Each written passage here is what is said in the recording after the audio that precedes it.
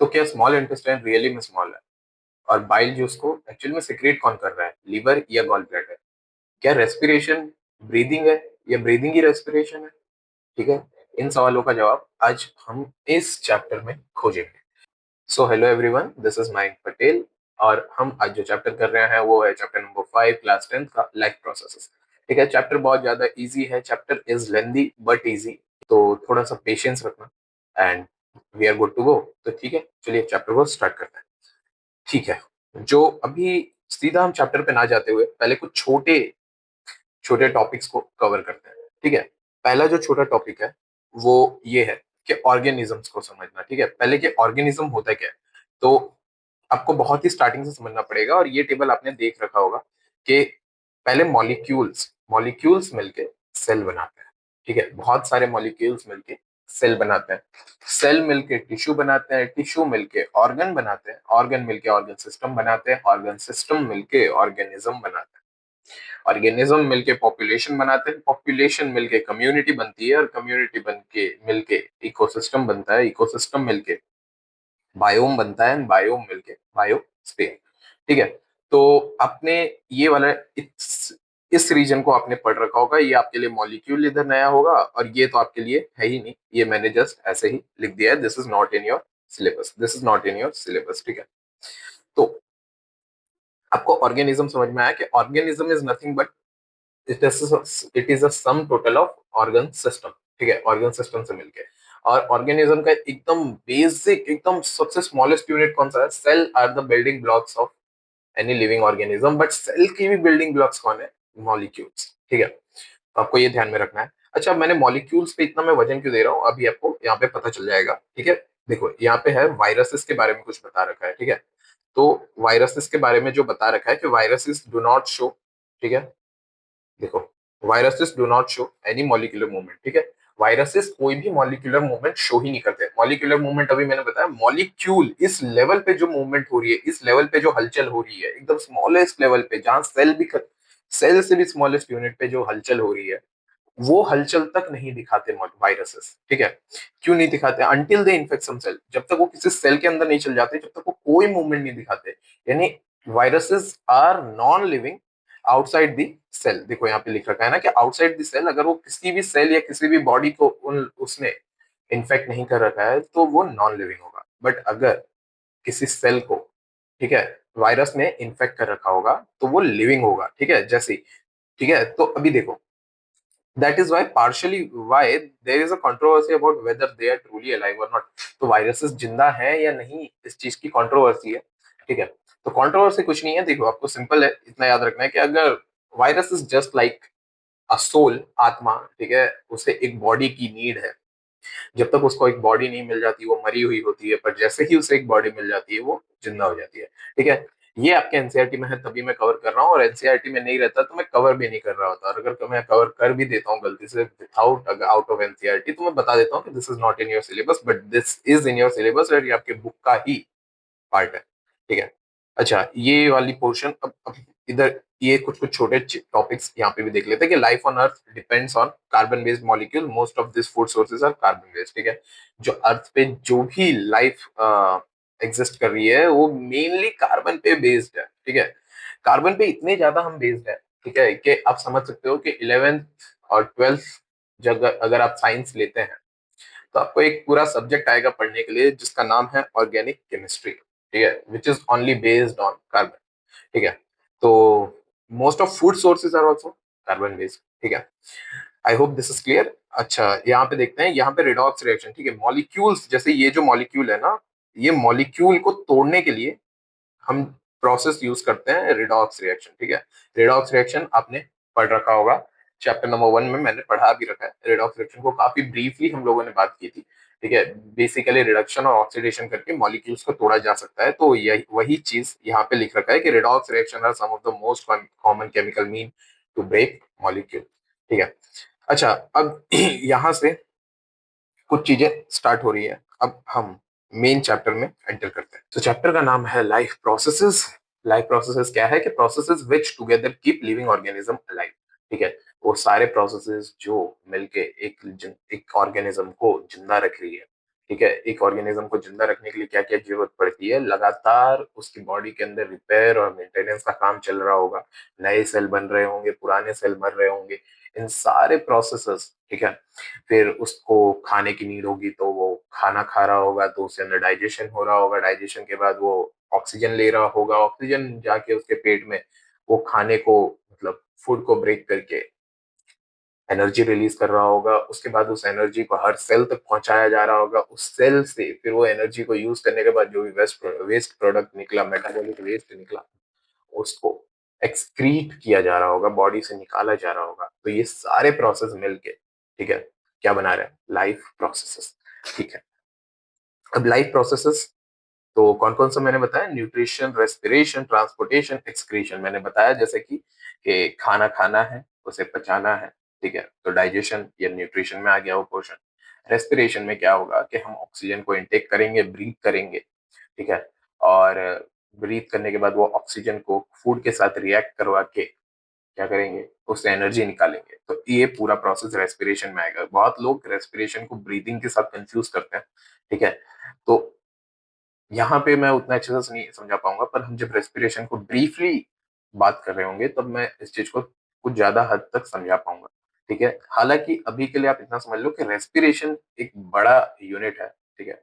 Respiration एक बड़ी छत है जिसके अंडर ब्रीदिंग जस्ट एक पार्ट है, ठीक है। तो ब्रीदिंग अकेले रेस्पिरेशन नहीं है, ठीक है। ब्रीदिंग के साथ और भी कुछ चीज है जो मिलकर रेस्पिरेशन बना रही है, ठीक है। जैसे ब्रीथ तो आपने सिर्फ ऑक्सीजन अंदर लिया, बट वो ऑक्सीजन को फूड के साथ रिएक्ट करवाना और उसके अंदर से एनर्जी निकालना, सो इस पूरे प्रोसेस को हम रेस्पिरेशन कहेंगे। सिर्फ ब्रीदिंग ही रेस्पिरेशन नहीं है, ठीक है। इस चीज को हम बाद में डिस्कस करेंगे जब हम रेस्पिरेशन को ब्रीफली पढ़ रहे होंगे, ठीक है। उसके बाद अब हम बात करते हैं ट्रांसपोर्टेशन की। ट्रांसपोर्टेशन यानी देखो, खाना क्या हुआ, उसके अंदर से एनर्जी निकाल ली गई रेस्पिरेशन में। अब क्या होगा, इस पूरे खाने को हर सेल के पास पहुंचाना है, ठीक है। तो सारे सेल के पास कैसे पहुंचेगा ये खाना, तो उसके लिए एक ट्रांसपोर्टेशन, क्योंकि हमारी बॉडी बहुत बड़ी है। अब समझो, अब खाना बना, ठीक है, रेस्पिरेशन हुआ, अब सेल, अब आज आपने जिम में ट्रेन किया है कोई मसल, सपोज कर लो आपने लेग मसल ट्रेन किया है, leg is the hardest muscle to train, ठीक है, जिम वालों को मतलब मालूम होगा। तो होता क्या है कि अब आपके लेग मसल आपने आज यूज किए हैं जिम में अच्छे से, तो आज आपके लेग मसल को ज्यादा खाने की नीड है। अब आपको एनर्जी वहां तक पहुंचानी है, ठीक है, लेग तक। तो कैसे जाएगी, सिंपल सी बात है, ठीक है। लेग तक पहुंचानी है तो उसके लिए ट्रांसपोर्टेशन की नीड होगी, ठीक है। ट्रांसपोर्टेशन की नीड होगी, तो वो ट्रांसपोर्टेशन कैसे होगा, ठीक है। तो वो सर्कुलेशन में, हम ह्यूमन बॉडी का सर्कुलेशन को अच्छे से समझेंगे उसमें, ठीक है। अब यहां तक मैंने खाने को वहां पहुंचा दिया, सपोज करो लेग मसल में मैंने उस खाने को पहुंचा दिया। अब क्या खाना कंप्लीटली यूज हो जाएगा, क्या आप खाना जो खाते हैं, ठीक है, तो कंप्लीट यूज नहीं होता, ठीक है। उसके अंदर से कंप्लीट फूड नहीं, कंप्लीट एनर्जी नहीं निकलेगा, ठीक है। उसमें से कुछ वेस्ट प्रोडक्ट निकलेगा, कुछ मेटाबॉलिक वेस्ट निकलेगा, ठीक है। जैसे आप इसको ऐसे सोचो कि गन्ने का जूस, ठीक है, शुगर केन का जो जूस है, आप लोगों ने देखा होगा, तो उसको कैसे निकाला जाता है, mainly this is a machine. तो यहाँ से अगर मैं शुगर केन डाल रहा हूँ, ठीक है, तो इधर तो जूस निकल गया नीचे से, बट ये जो वेस्ट निकला ना, ठीक है, अब इस वेस्ट को मुझे बॉडी से एक्सक्रीट करना है, तो ये भी हम देखेंगे। तो इस चीज को हमें एक्सक्रीशन में देख रहे होंगे, ठीक है। सो आई होप आपको इतनी चीजें क्लियर होगी। अब हम न्यूट्रिशन को ब्रीफ में डिस्कस करेंगे, ठीक है। तो आ, ठीक है, न्यूट्रिशन को ब्रीफ में डिस्कस करने के पहले मैं यहाँ देख लो, the process of acquiring oxygen from outside the body. मैंने बताया to use it in process of breakdown of food sources for cellular need is what we call respiration. अच्छा, यहाँ पे ऑक्सीजन ही क्यों बोला गया, ठीक है। अच्छा, मैंने आपको बताया था कि कोई भी चीज को जब आप बर्न कर रहे हो ना, तो आप उसको बेसिकली ऑक्सीजन के साथ रिएक्ट कर रहे हो। अगर मैं सपोज करो कार्बन को मुझे बर्न कर रहा हूँ, तो मैं उसको यही तो दिखाऊंगा कि C+O2, कार्बन को मैं ऑक्सीजन के साथ ही तो रिएक्ट होता हुआ दिखाऊंगा। मैं कहूंगा अगर मैं मैग्नीशियम को बर्न कर रहा हूँ तो मैग्नीशियम+O2 ही तो लिखूंगा यार। क्योंकि किसी भी चीज को जब आप बर्न कर रहे होते हैं तो आप बेसिकली उसको ऑक्सीजन के प्रेजेंस में बर्न कर रहे होते हैं, तो ऑक्सीजन आपको लिखना जरूरी है। तो ऑक्सीजन की नीड है, इसलिए यहाँ पे लिख रखा है कि acquiring oxygen from outside the body, बाहर से हमने ऑक्सीजन लिया और उसको यूज किया, ठीक है, किस चीज के लिए, खानों को तोड़ने के लिए, खाने को तोड़ने के लिए, ठीक है। और खाने को क्यों तोड़ना पड़ा, क्योंकि सेल की नीड्स थी, कहीं सेल को खाना चाहिए था, ठीक है। It we call respiration. तो ये रेस्पिरेशन है, मैंने ऊपर भी हालांकि आपको अच्छे से समझा दिया था। अच्छा ठीक है, यहाँ पे देखो सिंगल सेल्ड ऑर्गेनिज्म की बात हो रही है। सिंगल सेल्ड यानी यूनिसेल्यूलर। अच्छा, यूनिसेल्युलर ऑर्गेनिजम्स होते क्या हैं? अब ये समझो, हमारी जो ह्यूमन बॉडी है ना, वो कितने सेल से मिलकर बनी है? बिलियंस ऑफ सेल, ठीक है, मिलियंस बिलियंस ऑफ सेल्स, ठीक है। बट ये जिन ऑर्गेनिजम्स की हम बात करेंगे, ये एक ही सेल से बने हुए हैं। कितना सेल से? सिर्फ एक सेल। आप एक बार इमेजिन करो कि हम लोग बिलियन ऑफ सेल से बने हुए हैं, और हम जिन सेल्स की अभी बात करें वो एक सिंगल सेल से बने हुए हैं, ठीक है। तो देखो इनमें कैसे, ये लोग कैसे अपना खाना खाते हैं, ये लोग कैसे रेस्पिरेशन करते हैं, ये लोग कैसे अपना वेस्ट को मैनेज करते हैं या अपनी बॉडी से रिलीज करते हैं। तो अब देखो ये पता चलेगा यहाँ पे कि ये लोग है ना डायरेक्ट अपनी एंटायर सरफेस से ही कर लेते हैं, ये डायरेक्ट अपनी स्किन से, ये डायरेक्ट अपनी पूरी बॉडी से ही कर लेते हैं। पूरी बॉडी में से कहीं से भी खाने को एब्जॉर्ब कर लिया, ठीक है, वैसे ही अपनी पूरी स्किन से रेस्पायर कर लिया, यानी ऑक्सीजन ले लिया, ठीक है, और अपनी बॉडी से ही डायरेक्टली, ठीक है, सर एनवायरमेंट में जो वेस्ट प्रोडक्ट था उसको एक्सक्रीट कर दिया, ठीक है। तो क्योंकि सिंगल सेल है यार, तो इतना कॉम्प्लेक्स तो होगा नहीं, तो एकदम सिंपल तरीका यही था, तो इन लोगों ने यही अपनाया। सो this was about unicellular organism, ठीक है। यहाँ पे need for transportation system for carrying oxygen and food, ठीक है। यहाँ पे ये बताया कि क्यों ट्रांसपोर्टेशन सिस्टम की जरूरत पड़ी, मैंने अभी आपको ऊपर समझाया, ठीक है। तो when chemical reaction use the carbon source and oxygen for energy generation, they create byproducts that are not only useless products, are therefore needed to remove from the body and discarded outside by a process called excretion। मैंने बताया कि कुछ waste product बनेंगे cell, after sale use कर लेता है उसको energy के लिए, उसके बाद कुछ वेस्ट प्रोडक्ट बनेंगे। अब उस वेस्ट प्रोडक्ट को हम बॉडी में तो स्टोर करके रख नहीं सकते, वरना हम बीमार पड़ेंगे, हमारे अंदर बहुत सारी बीमारियां आएंगी। तब उसे हमें एक्सक्रीट भी करना है, तो इसके लिए हमें एक्सक्रीशन की जरूरत पड़ेगी, ठीक है। चलो अब हम न्यूट्रिशन में अंदर घुसते हैं, ठीक है। न्यूट्रिशन क्या है? देखो, तो process by which organism obtain its food, ठीक है, वो प्रोसेस जिससे ऑर्गेनिज्म फूड को ऑब्टेन करता है, जिस जिस प्रोसेस से ऑर्गेनिज्म को फूड मिलता है, ठीक है। तो ठीक है, दो तरह के यहाँ पे पहले बात है, ऑर्गेनिक मैटर, इनऑर्गेनिक मैटर, दो टाइप के फूड होते हैं, ठीक है, दो।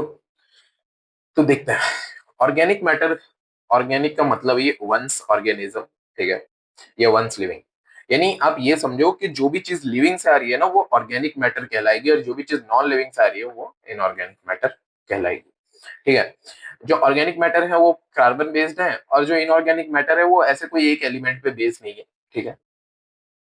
बट जो ऑर्गेनिक है वो कार्बन बेस्ड है। मैंने अभी आपको बताया कि आप 11 ट्वेल्थ में जाओगे तो आपको एक पूरा सब्जेक्ट ही आएगा ऑर्गेनिक केमिस्ट्री करके, ठीक है। उसके अंदर आप सिर्फ कार्बन को ही ब्रीफली डिस्कस कर रहे होंगे, ठीक है।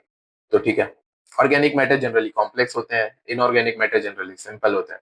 ऑर्गेनिक मैटर के एग्जांपल आपके वही मैक्रोस, मैक्रोन्यूट्रिएंट्स, ठीक है। कौन कौन से होते हैं हमारी बॉडी में मैक्रोन्यूट्रिएंट्स? कार्बोहाइड्रेट, प्रोटीन, फैट्स, ठीक है।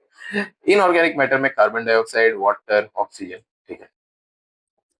अब जो ऑर्गेनिक मैटर है वो कौन यूज करते हैं? हेटेरोट्रॉप्स यूज करते हैं अपने खाने के लिए, और जो इनऑर्गेनिक मैटर है वो ऑटोट्रॉप्स यूज करते हैं, ठीक है। ऑटोट्रॉप्स हेटेरोट्रॉप्स की बात हो ही रही है, तो ऑटोट्रॉप्स और हेटेरोट्रॉप्स को अच्छे से डिस्कस कर लेते हैं। तो ऑटोट्रॉप्स देखो, इनऑर्गेनिक मैटर को ऑर्गेनिक मैटर में कन्वर्ट करता है, ठीक है, यानी वो सिंपल खाने को, ठीक है, सिंपल को कॉम्प्लेक्स में कन्वर्ट करता है, ठीक है। वहीं ऑर्गेनिक मैटर जो है, सॉरी, हेटेरोट्रॉप्स जो है वो उल्टा करते हैं। वो लोग क्या करते हैं ना कि कॉम्प्लेक्स को सिंपल में कन्वर्ट करते हैं, यानी जो कॉम्प्लेक्स ऑर्गेनिक मैटर होता है या तो उसको सिंपल ऑर्गेनिक मैटर में कन्वर्ट कर देते हैं, या तो उसको इनऑर्गेनिक मैटर में कन्वर्ट कर देते हैं, ठीक है। और ये जो कन्वर्जन है वो एंजाइम के थ्रू हो रहा होता है, इसलिए यहाँ पे एंजाइम लिखा हुआ है, ब्रेक, यानी इसको तोड़ा जाता है, वो एंजाइम की हेल्प से तोड़ा जाता है, ठीक है। अब जो मोनोट्रोपिक न्यूट्रिशन का एक एग्जांपल फोटोसिंथेसिस है, ठीक है। आप सब लोगों ने फोटोसिंथेसिस को छोटे क्लासेस में भी बहुत बार पढ़ रखा है, और अब 10th में एक और बार पढ़ेंगे। अगर 11 ट्वेल्थ में आप साइंस लेते हैं तो 11th में भी आप एक और बार पढ़ेंगे। जो 11th में आप पढ़ेंगे तो इसको इतने डीप लेवल तक पढ़ेंगे कि आपको चरम सुख की अनुभूति हो जाएगी, ठीक है। बट ठीक है, अभी यहाँ पे फोकस करते हैं। तो फोटोसिंथेसिस उतना ज्यादा डीप में है नहीं 10th, ठीक है, तो आपको मजा आएगा, ठीक है। एग्जाम्पल, देखो यहाँ पे कौन कौन करेगा, ग्रीन प्लांट्स ही ऑब्वियसली फोटोसिंथेसिस ग्रीन प्लांट ही करेंगे, और कुछ बैक्टीरियाज भी करता है। ठीक है, अभी यहाँ पे देखो हेटेरोट्रॉप्स कौन होते हैं, जो अपना खाना खुद नहीं बना सकते, ये आपको मालूम है, ऑटोट्रॉप्स वो हैं जो अपना खाना खुद बना लेते हैं। ठीक, हेटेरोट्रॉप्स कौन होते हैं, एनिमल होते हैं, फंगाई होते हैं, एनिमल में हम भी आ गए, ह्यूमन आ गए। ठीक है, तो ह्यूमन भी हेटेरोट्रॉप्स ही है, ये भी आपको पता होगा। ठीक है, ऑटोट्रोपिक न्यूट्रिशन को अब हम अच्छे से डिस्कस करते हैं। तो ऑटोट्रोपिक न्यूट्रिशन में मैंने बताया आपको फोटोसिंथेसिस को मेनली स्टडी करना है। तो फोटोसिंथेसिस कैसे होता है, ठीक है, पहले हम पूरे प्रोसेस मैकेनिज्म को समझते हैं। ठीक है, सबसे पहले हमने लिया एक पत्ता, सपोज करो एक पेड़ है जिसके ऊपर एक लगा हुआ है पत्ता। ठीक है, अब आप इमेजिन करो इन चीजों को, देखो आपको यूट्यूब पे लाखों वीडियो मिल जाएगी इस पूरे प्रोसेस को दिखाते हुए एक वीडियो में। ठीक है, बट एनिमेशंस मिल जाएंगे। ठीक है, बट क्या एनिमेशंस पढ़ने के लिए सही चीज है? नहीं, आपकी इमेजिनेशन की थिंकिंग बढ़ाओ, इमेजिनेशन का पावर बढ़ाओ। ठीक है, इमेजिन करो चीजों को, जो मैं बोल रहा हूँ उन चीजों को इमेजिन करना। ठीक है, आपको बेहतरीन कॉन्सेप्ट क्लैरिटी मिलेगी रेदर देन जो एनिमेशन देखोगे, क्योंकि एनिमेशन देखोगे तो वहां पे आपने कुछ काम किया नहीं, बेसिकली आपने एक सामने एक वीडियो लगाया, वो आपने देखा। ठीक है, आपको कुछ याद नहीं रहेगा। बट अगर आप खुद से इमेजिन करते हो एक चीज को होते हुए, बिलीव मी, बहुत लंबे ड्यूरेशन तक याद रहेगा। ठीक है, तो अब देखो यहाँ पे होता क्या है, एक पेड़ है, उसके ऊपर एक पत्ता लगा हुआ है। पत्ते ऑब्वियसली सेल से मिलके बने होंगे, तो हम पत्ते को थोड़ा जूम कर रहे हैं तो हमको सेल दिखा, सेल को भी जूम किए तो उसके अंदर हमें क्लोरोप्लास्ट दिखा। दिखा के नहीं, दिख रहा है आपको? देखो देखो ढंग से देखो। ठीक है, चैप्टर क्लास 8 में आपने सेल चैप्टर पढ़ा होगा, तो क्लोरोप्लास्ट के बारे में भी थोड़ा बहुत पढ़ा। अब क्लोरोप्लास्ट को भी जब मैं जूम करता हूँ तो उसके अंदर मुझे मिलता है क्लोरोफिल नाम का पिगमेंट। ठीक है, जो कि ग्रीन कलर का है। ठीक है, तो देखो यहाँ पे लीफ था, सेल था, क्लोरोप्लास्ट, क्लोरोफिल। ठीक है, अब जो क्लोरोफिल है ना, वो क्या कर रहा है कि जो सनलाइट आ रही है, ठीक है, सूरज, सूर्य देव, ठीक है, जो अपना किरणों को भेज रहे हैं, यानी जो सनलाइट भेज रहे हैं, क्लोरोफिल इसको ट्रैप कर रहा है, यानी इस इन लाइट एनर्जी को ट्रैप कर रहा है। लाइट एनर्जी को ट्रैप करने के बाद क्लोरोफिल क्या कर रहा है कि उस लाइट एनर्जी को केमिकल एनर्जी में कन्वर्ट कर दे रहा है। ठीक है, जैसे आपने पढ़ा होगा कि बैटरी जो होता है, ठीक है, बैटरी वो केमिकल एनर्जी को इलेक्ट्रिकल एनर्जी में कन्वर्ट करता है ना? ठीक उसी तरह जो क्लोरोफिल है वो लाइट एनर्जी को केमिकल एनर्जी में कन्वर्ट कर रहा है। ठीक है, किसको कर रहा है? लाइट एनर्जी को केमिकल एनर्जी में कन्वर्ट कर रहा है। ये हो गया। अब वो सनलाइट की वजह से, ठीक है, वो सनलाइट की वजह से सेल के अंदर पानी भी प्रेजेंट था। अच्छा, पानी कहाँ से आया लीफ के अंदर? ठीक है, तो पानी कहाँ से आया, देखो यहाँ पे देख लो, पानी कहाँ से आया, पहले इसके बारे में डिस्कस कर लेते हैं एक बार। तो पानी आएगा, ठीक है, पानी आता है रूट से, रूट पानी भेजता है। ठीक है, तो मतलब देखो आपको सिंपल सी बात है, प्लांट पानी कहाँ से एब्जॉर्ब करता है? तो पानी वो सॉइल से एब्जॉर्ब करता है, रूट से एब्जॉर्ब करता है। ठीक है, रूट से एब्जॉर्ब करने के बाद वो जाइलम वेसल के थ्रू वो लीफ तक उस पानी को पहुंचाता है। इस चीज को हम ट्रांसपोर्टेशन में डिस्कस करेंगे कि वो पहुंचाता कैसे। हालांकि अभी के लिए रूट से उसको पानी मिल गया। अब सनलाइट की वजह से वो पानी टूट गया अपने अपने मॉलिक्यूल्स में। ठीक है, बहुत लोग यहाँ पे पानी को आयंस में तोड़ देंगे, H+, OH-। अरे ऐसे नहीं तोड़ना है भाई, आयंस में नहीं तोड़ना है, मॉलिक्यूल्स में ही तोड़ना है। हाइड्रोजन और ऑक्सीजन में पानी टूट जाएगा। ठीक है, पानी टूट गया, तो इसलिए अगर मैंने सनलाइट से तोड़ा है, इसलिए फोटो का मतलब होता है लाइट, और लाइसिस का मतलब होता है ब्रेक, यानी लाइट से मैंने पानी को ब्रेक कर लिया, पानी टूट गया सेल के अंदर। तो अब मेरे पास क्या क्या है? केमिकल एनर्जी है और ये चीज है। ठीक है, मतलब मुझे एनर्जी मिल गई है और ये चीज मिल गया। अब इसके अगले प्रोसेस में क्या होगा ना कि जो कार्बन डाइऑक्साइड है, कार्बन डाइऑक्साइड कहाँ से आया? तो कार्बन डाइऑक्साइड आया, ठीक है, स्टोमेटा से। स्टोमेटा आपको मालूम होगा लीफ के ऊपर, अगर आप लीफ को जूम करते हो तो आपको सेल दिखेंगे।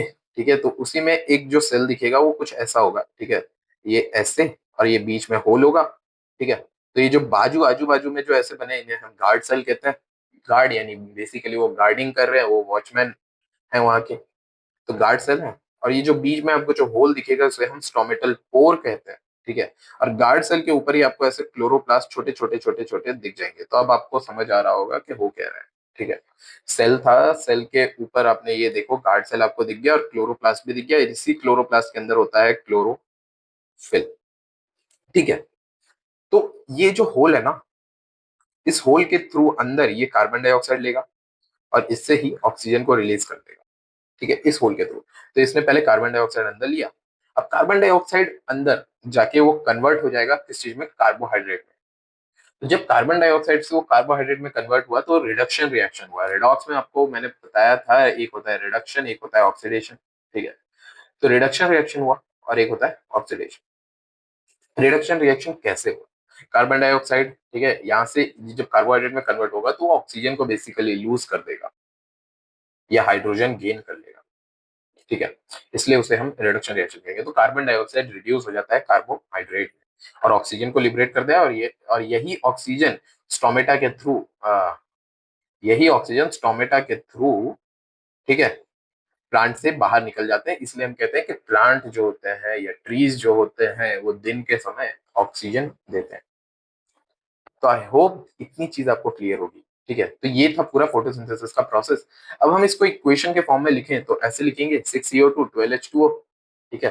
कार्बन डाइऑक्साइड लिया, पानी लिया, उसको सनलाइट दिया और क्लोरोफिल दिए। तो ये हो गए हमारे रिक्वायरमेंट्स। ये चीज हमको चाहिए, ये चीज हमको चाहिए खाना बनाने के लिए। प्लांट को क्या क्या चीज चाहिए, ये चार चीजों की जरूरत है खाना बनाने के लिए, ठीक है। मटेरियल ले लिया, तो कार्बन डाइऑक्साइड, वाटर, सनलाइट और क्लोरोफिल। अब प्लांट ने खाना बना दिया, क्या खाना बनाएगा भाई, तो ये बनाएगा, पहला ग्लूकोज बनाएगा, ठीक है, और ऑक्सीजन को लिबरेट कर देगा, मैंने बताया ही, और पानी भी थोड़ा सा निकाल देगा। सो ये प्रोडक्ट में आ जाएगा, ठीक है, यानी ये चीज बनी, ठीक है। आई होप आपको फोटोसिंथेसिस अच्छे से क्लियर होगा, ठीक है। यहाँ पे कार्बन डाइऑक्साइड की जब हम बात कर रहे हैं तो स्टोमेटा के थ्रू, मैंने बताया आपको, इस होल के थ्रू कार्बन डाइऑक्साइड को अंदर लेगा, ऑक्सीजन को बाहर रिलीज कर देगा, है ना। और यहाँ पे जो गार्ड सेल है ना, वो गार्ड सेल देखो, वो बेसिकली गार्ड सेल का काम क्या है कि वो स्टोमेटा के ओपनिंग और क्लोजिंग को रेगुलेट करता है। दिस इज, सपोज करो दिस इज स्टोमेटा, बीच वाला होल है, ठीक है। अभी देखो ये होल है, ठीक है। अब यहाँ पे होगा क्या ना कि गार्ड सेल, ठीक है, अगर गार्ड सेल के अंदर पानी भर जाता है, गार्ड सेल के अंदर पानी भर जाता है तो वो ऐसे फूल जाएगा ना, स्वेलअप हो जाएगा। वो स्वेलअप होने के कारण वो गार्ड स्टोमेटल पोर क्या होगा, ओपन हो जाएगा। तो अगर पानी भरने के कारण वो गार्ड सेल फूलेगा और अगर उसके अंदर से पानी निकल जाता है तो वो श्रिंक हो जाएगा, यानी वो सिकुड़ जाएगा, ठीक है।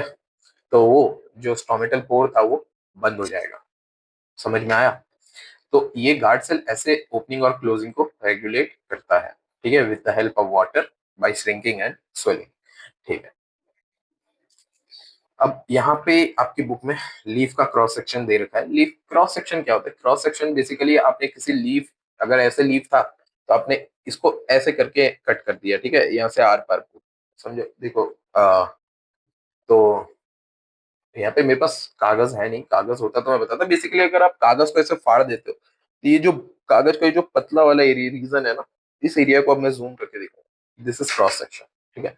तो लीफ को ऐसे काटा गया है और, ठीक है, और अब देखो यहाँ पे इस एरिया को जूम किया गया है और यहाँ पे ये जूम एरिया दिखाया हुआ है, ठीक है। पहले हम लीफ को देख लेते हैं। बीच में जो होता है वो मिडरिब होता है, ये जो होते हैं ये इसके वेन्स होते हैं, और जो ये जो पत्ता दिख रहा है ना, ये आपको लेमाइना या लीफ ब्लेड जिसे कहते हैं, ठीक है। यहाँ पे जाइलम फ्लोएम भी दिखा रखा है, ठीक है, जाइलम फ्लोएम इधर होगा, ठीक है, छोड़ो।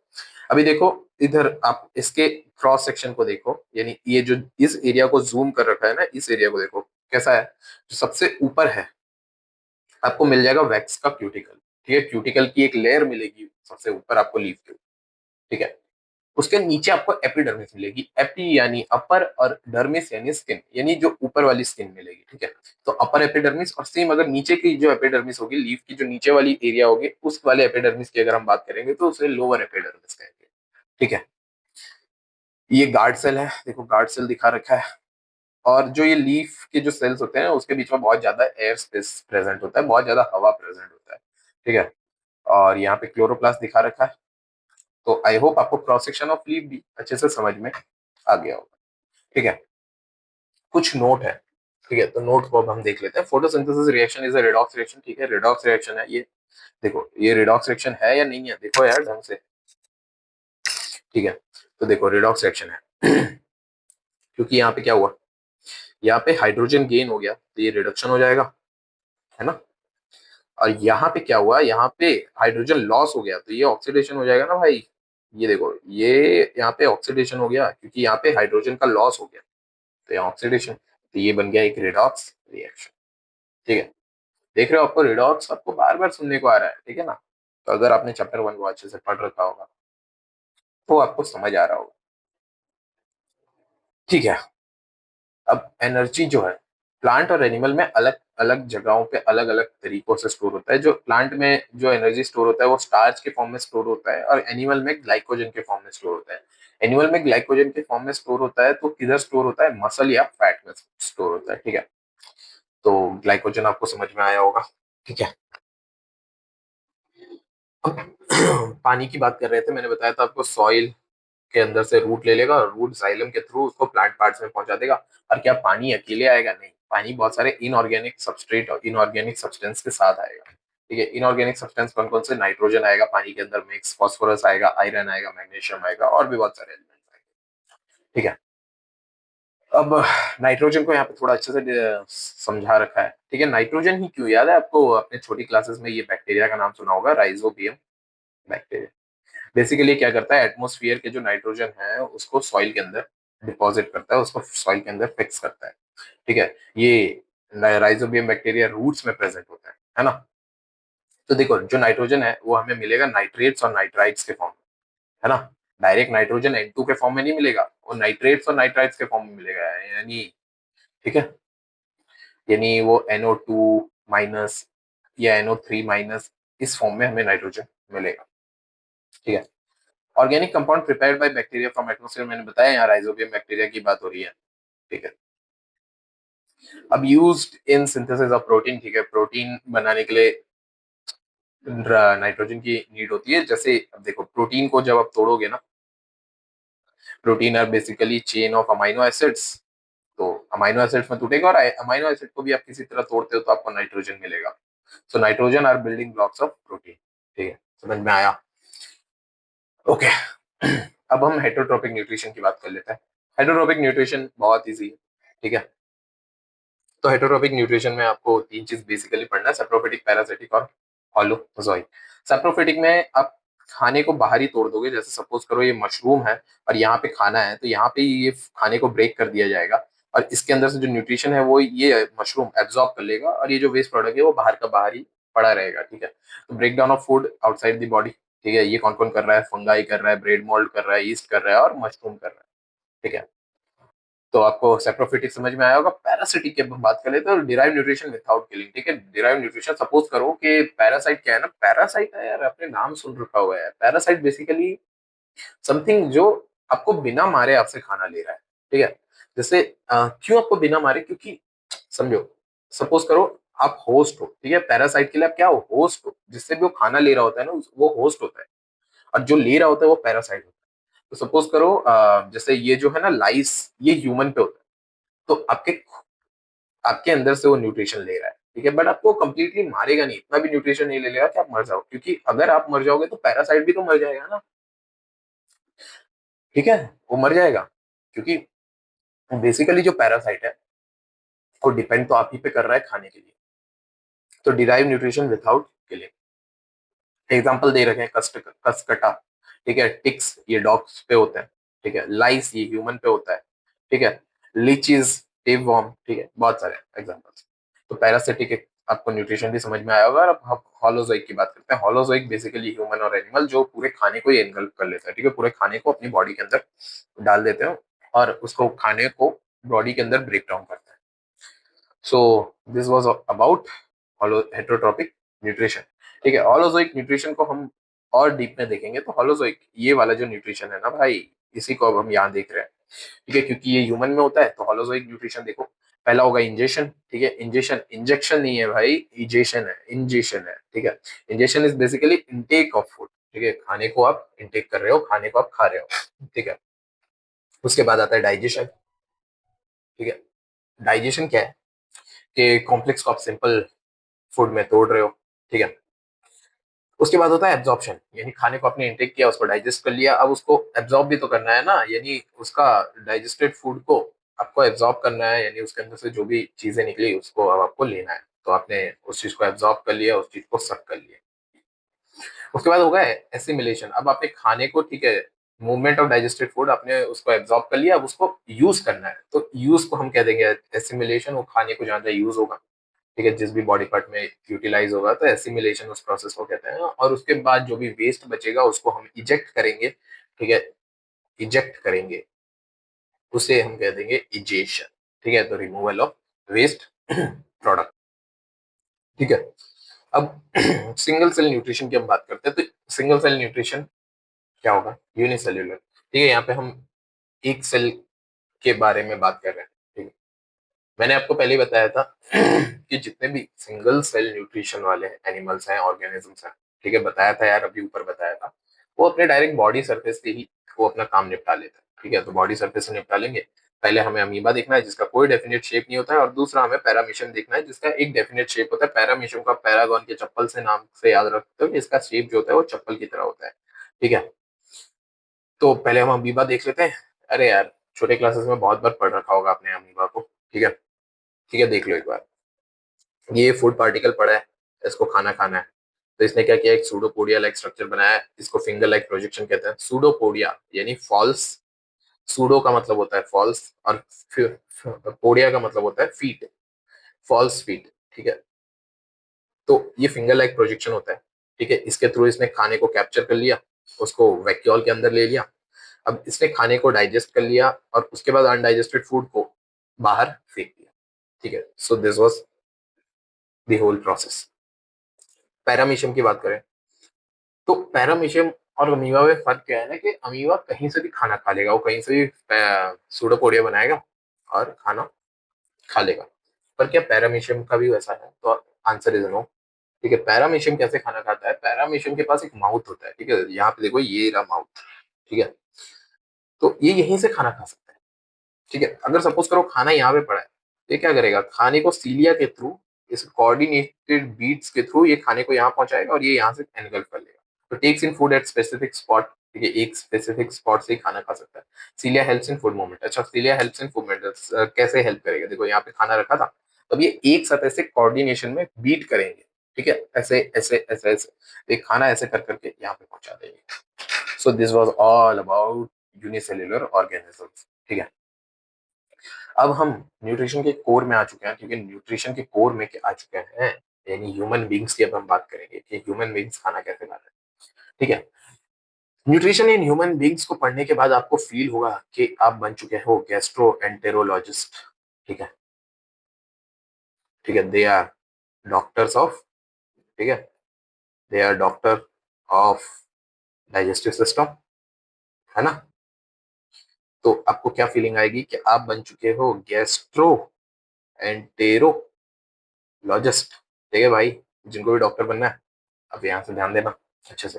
ठीक है, तो देखो, सबसे पहले हम क्या करेंगे, खाने को मुंह में रखेंगे। मुंह में, ठीक है, तो मुंह को हम माउथ कहते हैं या बगल कैविटी कहते हैं।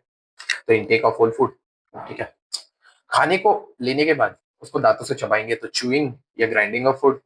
उसके बाद टंग क्या क्या कर रहा होगा, तो टंग पहले तो, टंग के ऊपर टेस्ट बड्स होते हैं, तो पहले तो खाने को टेस्ट में यूज हेल्प करेगा, और फिर खाने को रोल वोल करने में हेल्प करेगा, खाने को मूव करने में, और उसके बाद उस खाने को स्वॉलो यानी उसको इसोफेगस में भेजने का काम करेगा।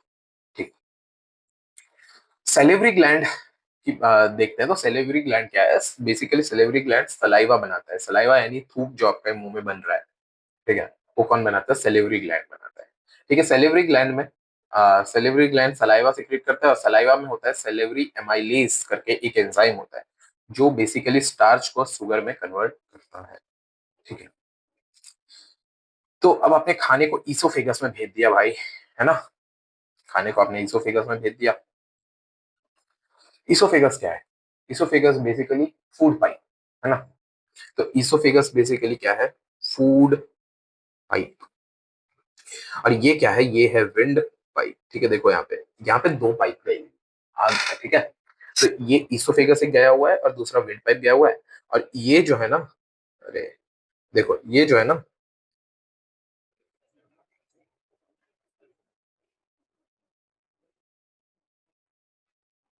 ये जो है वो क्या है? ये है एपिग्लॉटिस, है ना? ये है एपिग्लॉटिस। एपिग्लॉटिस पे जैसे ही खाना आएगा तो ये वजन के कारण ये एपिग्लॉटिस बंद हो जाएगा, है ना। ये बंद हो गया, यहाँ पे सपोज करो खाना आया और ये बंद हो गया, और इसने मतलब फूड विंड पाइप के अंदर खाने को नहीं जाने दिया। अब खाना कहाँ से पास हो जाएगा, ईसोफेगस के थ्रू पास हो जाएगा, ठीक है। तो विंड पाइप में इसलिए आपका खाना नहीं जाता है। और अगर कभी कभार आपके विंड पाइप में खाना चला भी जाता है तो क्या होता है आपको याद है, आप मतलब आप चोक कर जाते हो बेसिकली। तो आपकी मम्मी पीठ सहलाती है या फिर पीठ पे ऐसे थपके मारती है ताकि वो विंड पाइप से वो खाना बाहर आए, समझे। तो ऐसे बचाया जाता है खाने को विंड पाइप में जाने से, ठीक है। ईसोफेगस आपको समझ में आया होगा। ओके, सो ईसोफेगस को अब हम अच्छे से डिस्कस करते हैं। तो taking food mouth to stomach by peristalsis movement, peristalsis movement के थ्रू, ईसोफेगस के थ्रू खाने को पेरिस्टालसिस मूवमेंट के थ्रू खाने को स्टमक में पहुंचाया जाता है। पेरिस्टालसिस मूवमेंट क्या है, तो ये विंड पाइप फूड पाइप में ऐसे ऐसे एक मूवमेंट होता है, समझे, एक वेव की तरह दिख रहा है। जैसे ये पाइप है, ये वेट पाइप है, तो यहाँ पे ना ऐसे ऐसे ऐसे ऐसे ऐसे खाना जहां से भी जाएगा तो वहां पे थोड़ा थोड़ा ऊपर होगा ना, ऐसे ऐसे। तो वो खाना ऐसे, ये मूवमेंट को हम पेरिस्टालसिस मूवमेंट कहते हैं। Rhythmic contraction of muscle in order to push food forward. और ये कहाँ कहाँ होता है पेरिस्टालसिस मूवमेंट, आपके ईसोफेगस में होता है और गट में होता है, ठीक है। ऑल राइट, ठीक है। स्टमक की अब हम बात कर लेते हैं। तो अब आपका खाना जो है पेरिस्टालसिस मूवमेंट के थ्रू आपके माउथ से होते हुए, ठीक है, आपका जो खाना था पहले माउथ से होते हुए टंग और आपके दांतों से मिलते हुए, आपके सलाइवा से मिलते हुए वो खाना आप पहुंचा है आपके ईसोफेगस से होते हुए पेरिस्टालसिस मूवमेंट करते हुए वो खाना अब आ चुका है आपके जंक्शन स्टमक पे, ठीक है। तो स्टमक में अब क्या होगा, ठीक है। स्टमक में बेसिकली, ठीक है, स्टमक में क्या होगा ना, गैस्ट्रिक ग्लैंड्स होंगे। गैस्ट्रिक, गैस्ट्रिक का मतलब ये स्टमक, ठीक है। तो स्टमक के जो ग्लैंड्स होंगे वो गैस्ट्रिक जूस सिक्रेट करेंगे, कुछ एंजाइम सिक्रेट करेंगे, सिंपल सी बात है। और वो जो एंजाइम है वो कौन कौन से होंगे, पेप्सिन, एचसीएल और म्यूकस। सबके अपने अपने फंक्शन है। जैसे पेप्सिन जो है वो प्रोटीन डाइजेशन करेगा, ठीक है। जो भी आपके खाने में जो भी प्रोटीन है वो पेप्सिन डाइजेस्ट करेगा। तो जो प्रोटीन डाइजेशन स्टार्ट कहाँ से होता है, स्टमक से, ठीक है। कार्बोहाइड्रेट डाइजेशन कहाँ से स्टार्ट होता है, कार्बोहाइड्रेट डाइजेशन आपको वहीं से स्टार्ट हो जाता है, कहाँ से, सलाइवा से, यानी माउथ से, ठीक है। यहाँ पे देखो लिख रखा है ना, स्टार्च को शुगर में कन्वर्ट हो रहा है। तो बेसिकली शुगर क्या है या स्टार्च क्या है, ये कार्बोहाइड्रेट है, ठीक है। तो कार्बोहाइड्रेट डाइजेशन आपका स्टार्ट हो जाता है भाई, कहाँ से, माउथ से। बट आपका जो प्रोटीन डाइजेशन है वो स्टार्ट होता है स्टमक से, ठीक है। तो पेप्सिन ने प्रोटीन डाइजेस्ट किया, और फिर हाइड्रोक्लोरिक जो दूसरा एंजाइम होता है वो हाइड्रोक्लोरिक एसिड, हाँ, आपके पेट में है ना, बहुत ही हाई अमाउंट ऑफ, बहुत ही लो पीएच का हाइड्रोक्लोरिक एसिड बनाया जाता है, ठीक है। एसिड बेस ऑफ सॉल्ट में मैंने पीएच के बारे में बताया था, ठीक है, एसिड के बारे में अच्छे से। तो हाइड्रोक्लोरिक एसिड बेसिकली एसिड है। ये क्या करता है, खाने को एसिडिक मीडियम प्रोवाइड करता है और खाने को गलाता है, ठीक है। अब आपके पेट में जब इतना हाई अमाउंट का पीएच, इतना हाई, इतना लो पीएच का एसिड प्रेजेंट है, तो आपके पेट को तो यार जल जाना चाहिए अभी तक, तो जला क्यों नहीं। तो यहीं पे काम आता है तीसरे एंजाइम का, म्यूकस। वो म्यूकस की एक लेयर, म्यूकस की एक लेयर है ना, पूरे पेट को ऐसे सराउंड कर लेती है, जो कि प्रोटेक्ट करती है इनर लाइनिंग ऑफ स्टमक को, जो कि आपके पेट को जलने नहीं देती, ठीक है। So this was all about gastric glands and gastric juices. अच्छा, अब यहाँ पे खाना आपका आप पहुंचा है, स्टमक से आपका खाना पास हो चुका है। अब उस खाने को जाना है स्मॉल इंटेस्टाइन में। स्मॉल इंटेस्टाइन क्या ठीक है, तो स्मॉल इंटेस्टाइन में वो क्या खाना डायरेक्टली ऐसे ही चला जाएगा, नहीं यार, ठीक है। देखो ईसोफेगस से जब वो स्टमक में आया तो वो पेरिस्टालसिस मूवमेंट करते हुए आया, तो ठीक उसी तरीके से, ठीक है, स्टमक से जब वो खाना कहाँ जाएगा, स्मॉल इंटेस्टाइन में जाएगा ना, तो वो स्पिंक्टर मसल से पास होगा। स्पिंक्टर मसल्स आर बेसिकली ऐसे है, ठीक है। तो समझो इसके ऊपर से पूरी पाइप आ रही है, तो स्पिंक्टर मसल है। तो ऐसे ऐसे करके स्मॉल स्मॉल अमाउंट में खाने को रिलीज करें, समझ रहे हो, स्मॉल इंटेस्टाइन में रिलीज करें। तो release food from stomach to small intestine is small mouth, ठीक है। तो ये स्पिंक्टर मसल का काम है, ठीक है। स्पिंक्टर मसल का आपको काम दूसरा एनल एरिया में भी दिखेगा, ठीक है, जिससे जहां से फूड इजेक्ट होता है, वो तब मैं आपको डिस्कस करूंगा, ठीक है। अब हम आ चुके हैं स्मॉल इंटेस्टाइन में। तो क्या स्मॉल इंटेस्टाइन सही में स्मॉल है, तो नहीं यार, स्मॉल इंटेस्टाइन एक्चुअली बहुत लार्ज है। ये लगभग लगभग स्मॉल इंटेस्टाइन 6.5 मीटर या 7 मीटर के अराउंड है, ठीक है। 7 मीटर, बहुत बड़ा एरिया है। सो स्मॉल इंटेस्टाइन सिर्फ नाम का स्मॉल इंटेस्टाइन है, ठीक है ना, ये एक्चुअली में स्मॉल है नहीं। यानी ये जितना शरीफ है उतना ये दिखता है, उतना ये है नहीं, क्योंकि स्मॉल इंटेस्टाइन देखो यार, इसका सबसे बड़े नोट्स इसी के हैं, ठीक है। तो देखते हैं यार अभी स्मॉल इंटेस्टाइन को अच्छे से। तो स्मॉल इंटेस्टाइन दो तरह के हो सकते हैं, एक लॉन्ग एक शॉर्ट। लॉन्ग किसमें होता है, हर्बीवोरस में होता है, ठीक है। हर्बीवोरस आर वेजिटेरियंस, ठीक है, ये वेजिटेरियंस में होता है, ठीक है, वेजिटेरियंस यानी घास फूस खाने वाले जानवरों में होता है। तो अगर स्मॉल इंटेस्टाइन के हिसाब से हम देखें तो ह्यूमन क्या है, ह्यूमन क्या है, हर्बीवोर्स हुआ या कार्निवोर्स हुआ। देखो साइंस तो कहता है भाई कि ओमनीवोर्स है ह्यूमन, बट अगर हम सिर्फ स्मॉल इंटेस्टाइन के रिस्पेक्ट में देखें तो हमारा इंटेस्टाइन भी लंबा है, और लंबे इंटेस्टाइन जनरली हर्बीवोर्स के होते हैं। तो वी आर ऑल्सो, हमारा जो इंटेस्टाइन है वो हर्बीवोर्स यानी वेजिटेरियनिज्म को ज्यादा सपोर्ट करता है, समझे। और जो स्मॉल शॉर्ट स्मॉल इंटेस्टाइन होते हैं वो किसमें होते हैं, कार्निवोर्स में होते हैं, या मीट ईटिंग एनिमल्स में देखे जाते हैं, ठीक है। Small intestine longest portion of alimentary canal, मैंने बताया सबसे लंबा पोर्शन यही है एलिमेंट्री कैनाल का, नाम से स्मॉल है इसका बेसिकली, ठीक है। और ये एक्सटेंसिव कॉइलिंग के थ्रू इसको पेट में रखा गया है, ये बहुत ज्यादा एक्सटेंसिव कॉइलिंग किया हुआ है, क्योंकि अब खुद सोचो ना कि अगर उसको बहुत ज्यादा घुमा घुमा के नहीं रखा जाएगा तो इतना लंबा चीज इतने छोटे से एरिया में कैसे आएगा भाई, इतने छोटे एरिया में कैसे कंसाइज होगा। तो इसलिए इसको बहुत एक्सटेंसिव कॉइलिंग के थ्रू रखा गया है। स्मॉल इंटेस्टाइन में आपका कंप्लीट डाइजेशन हो जाता है आपके खाने का, है ना। और अब हम देखते हैं स्मॉल इंटेस्टाइन एक्चुअली में खाने को वो कैसे करता है, डाइजेस्ट कैसे करता है, ठीक है। तो अब देखो यहाँ से ध्यान देना, है ना, यहाँ से कॉन्सेप्चुअल अंडरस्टैंडिंग की स्टार्ट हो रही है। देखो स्टार्ट हो रहा है, तो वॉल ऑफ स्मॉल इंटेस्टाइन क्या करेगा, जो स्मॉल इंटेस्टाइन की वॉल्स है वो सबसे पहले इंटेस्टाइनल जूस सेक्रेट करेगा, और इंटेस्टाइनल जूस क्या करता है, वो खाने को कन्वर्ट करता है, ठीक है, सिंपलर मतलब कॉम्प्लेक्स फूड को सिंपल फूड में कन्वर्ट करता है। जैसे कार्बोहाइड्रेट है, फैट है, प्रोटीन है, तो कार्बोहाइड्रेट को ग्लूकोज में कन्वर्ट कर दिया, ठीक है, फैट को फैटी एसिड और ग्लिसरॉल में कन्वर्ट कर दिया, और प्रोटीन को अमाइनो एसिड में कन्वर्ट कर दिया। ये किसने किया, इंटेस्टाइनल जूस ने, आईजे में लिखूंगा इसको, ठीक है, आईजे, ठीक है, आईजे। तो देखो यहाँ पे है ना, अ, यहाँ पे लिखना मेरा रह गया है कि दिस इज प्लस आईजे, ठीक है, saliva plus intestinal juice,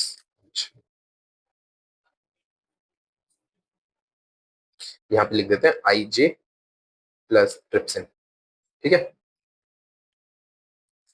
bile juice, ठीक है, यहाँ पे भी मैं इसको, तो सबसे पहले, ठीक है, आई जे इंटेस्टाइनल जूस, ठीक है। कार्बोहाइड्रेट का डाइजेशन कैसे हो रहा है, प्रोटीन और फैट, ये तीनों को अलग से मैंने लिख रखा था।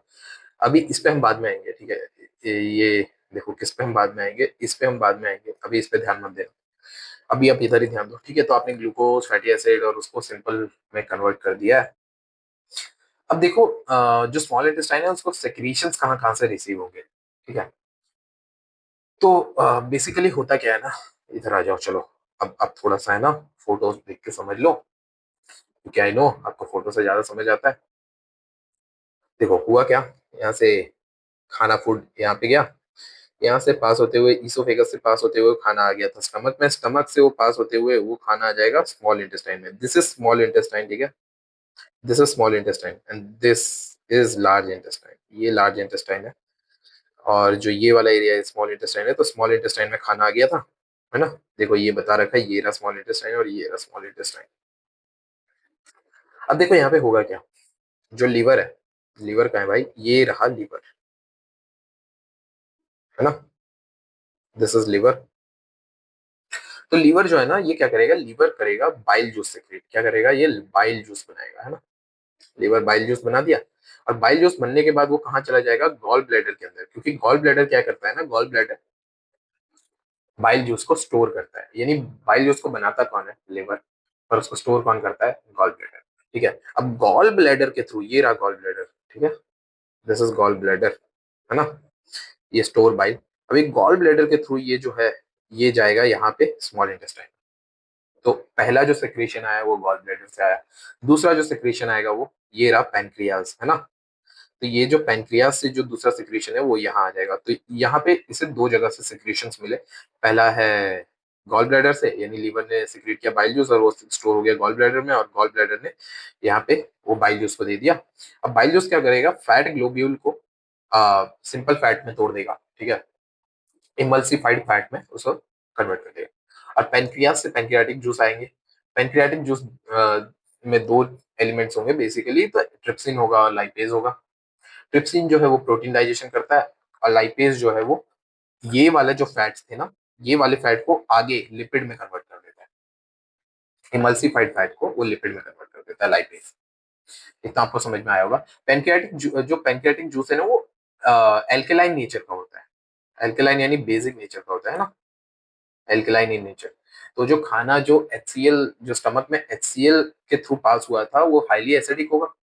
अब वो स्मॉल इंटेस्टाइन में आते ही उसको पेनक्रियाटिक जूस मिलेगा जो उस खाने को एल्केलाइन में कन्वर्ट कर देगा, वो बेसिक कर देगा उस खाने को, ठीक है।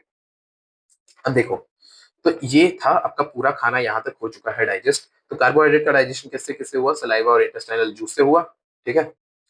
प्रोटीन का डाइजेशन पेप्सिन से हुआ, इंटेस्टाइनल जूस से हुआ, उसके बाद ट्रिप्सिन से हुआ।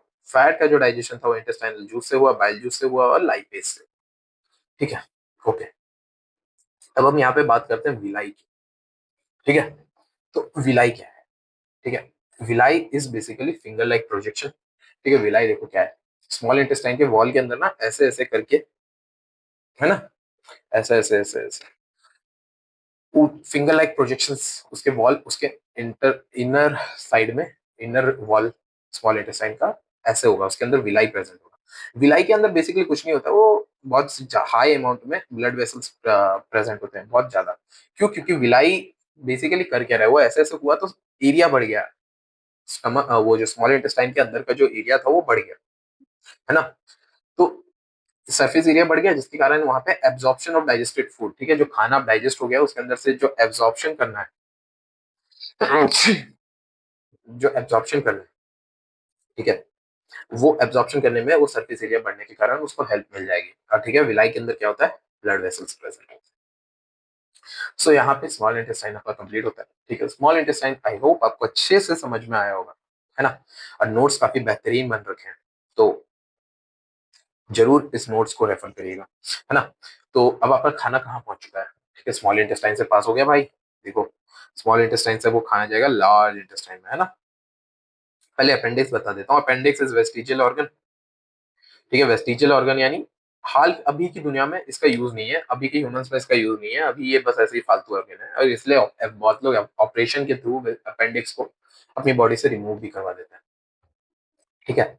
अपेंडिक्स का ऑपरेशन होता है, ठीक है, ठीक है। अपेंडिक्स इवोल्यूशनरी, मतलब पहले के टाइम पे हो सकता है, एंसेस्टर्स के टाइम पे इसके बहुत यूजेस हो, बट अभी के टाइम पे अपेंडिक्स का कोई यूजेस नहीं है, ठीक है ना। लार्ज इंटेस्टाइन पे आते हैं अब। लार्ज इंटेस्टाइन, ठीक है। तो लार्ज इंटेस्टाइन में क्या होगा ना, absorb excess of water from undigested food, जो खाना गया उसके अंदर से वाटर सक आउट कर लेगा कौन, लार्ज इंटेस्टाइन, यही इसका एकमात्र फंक्शन है। उसके बाद ये खाना पहुंच जाएगा रेक्टम में, ठीक है भाई, यहाँ रेक्टम तो दिखाई नहीं रखा, ठीक है। रेक्टम यानी वहां पे जहाँ पे आपका अनडाइजेस्टेड फूड पड़ा रहता है, ठीक है, एक्सक्रीशन के पहले, ठीक है, एक्सक्रीशन नहीं, इजेक्शन के पहले, है ना। तो अब एनस, एनल कैनाल के थ्रू, एनल कैनाल, है ना, एनल कैनाल या एनस के थ्रू आपका वो जो फूड है वो बाहर निकल जाएगा। और इसको भी कौन रेगुलेट करेगा, एनल स्फिंक्टर या स्फिंक्टर मसल, जो ऐसे ऐसे करके खाना बाहर निकालेगा, ठीक है। आप सबको मालूम होगा खाना बाहर कैसे निकलता है ना, ठीक। और नहीं पता है तो यार बहुत प्रॉब्लम है, ठीक है, तो ध्यान दो खाने पे। नोट है, लीवर, गॉल ब्लैडर, पैंक्रियाज, ये एसेसरी ऑर्गन है बेसिकली। एसेसरी ऑर्गन का क्या मतलब है कि ये एलिमेंट्री कैनाल में डायरेक्टली एलिमेंट्री कैनाल में नहीं आते, but they are accessory organs, यानी ये इनडायरेक्टली एसेसरी एलिमेंट्री कैनाल से जुड़े हुए। सो डॉक्टर्स, ठीक है, यहाँ से अब बन चुके हो। मैंने आपको स्टार्टिंग में क्या बताया था, गेस्ट्रोएंट्रोलॉजिस्ट, है ना। तो जाओ, अब आप you are free, feel free to see your patient, ठीक है। अब आप अपने पेशेंट से जाके देख सकते हो यार, है ना, क्योंकि अब आपने अच्छे से ह्यूमन डाइजेशन को समझ लिया। यहाँ पे अब मैं बात करता हूँ डेंटल कैरीज, ठीक है, डेंटल कैरीज थोड़े से अब हम बीडीएस वालों की भी तो बात करनी पड़ेगी ना भाई, जिन लोगों को डेंटिस्ट बनना है। तो डेंटिस्ट जिन लोगों को बनना है, अब वो यहाँ पे ध्यान दें, ठीक है। Dentist is a very good profession, है ना। तो देखो, डेंटिस्ट आपको टीवी पे दिख जाते हैं, ठीक है। आप आपने ये चीज नोटिस किया कि कभी आपने जनरली एक डॉक्टर को, मतलब कोई और डॉक्टर को, ठीक है, डेंटिस्ट और डेंटिस्ट आर आल्सो डॉक्टर्स, तो आपने कोई और डॉक्टर को देखा हो या ना देखा हो टीवी पे, पर आपने टूथपेस्ट की एड्स, डेंटिस्ट को जरूर देखा होगा टीवी पे। तो आपको टीवी पे आना हो, ठीक है, जिन लोगों को भी टीवी पे आने का शौक हो, दे मस्ट कंसिडर बीडीएस, ठीक है, डेंटिस्ट उनको बनना चाहिए। तो ठीक है, डेंटल कैरीज की हम बात करते हैं, डेंटल कैरीज और टूथ डिके, है ना। टूथ डिके यानी दांत खराब होना, cause gradual softening of enamel and dentine, ठीक है।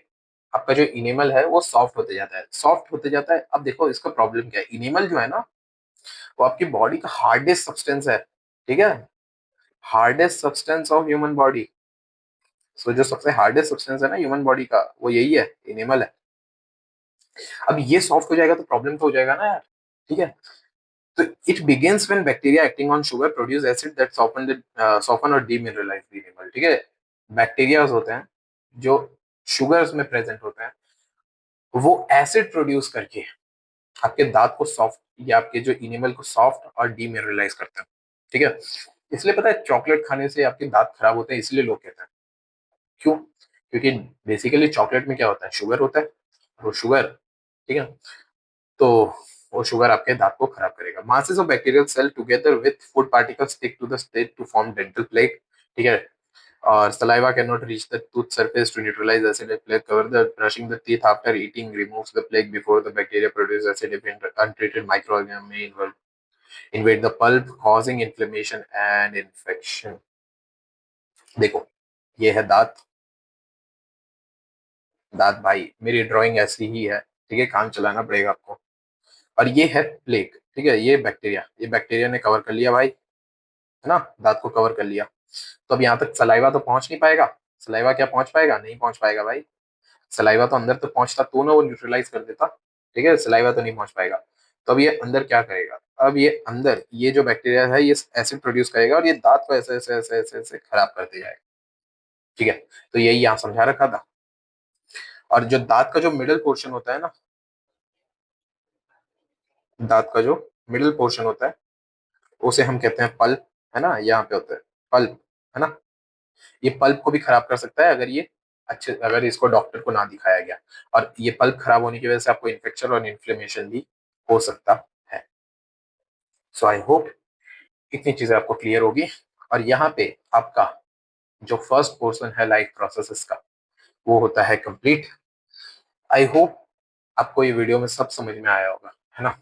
और अब नेक्स्ट पार्ट में हम यहाँ से आगे रेस्पिरेशन को डिस्कस कर रहे होंगे, ठीक है। रेस्पिरेशन के भी काफी बेहतरीन नोट्स बने हुए हैं, है ना। तो अब आप नेक्स्ट वीडियो आओ, और नेक्स्ट वीडियो आपको होपफुली कल या एक दो दिन में आपको मिल जाएगा, है ना। तीन पोर्शन, तीन पार्ट में हम इस चैप्टर को कंप्लीट करेंगे, लाइफ प्रोसेस को बेसिकली। और वो तीनों पोर्शन 1 घंटे के अंदर ही होगा, ठीक है। तो आपको मैक्सिमम 3 घंटे में चैप्टर कंप्लीट होता हुआ मिलेगा। So I hope you like this video. और आपको जो स्टार्टिंग हमने जो सवाल लिए थे उनके भी जवाब आपको मिल चुके होंगे, है ना। So I hope you like this video. This is Mayank Patel signing off।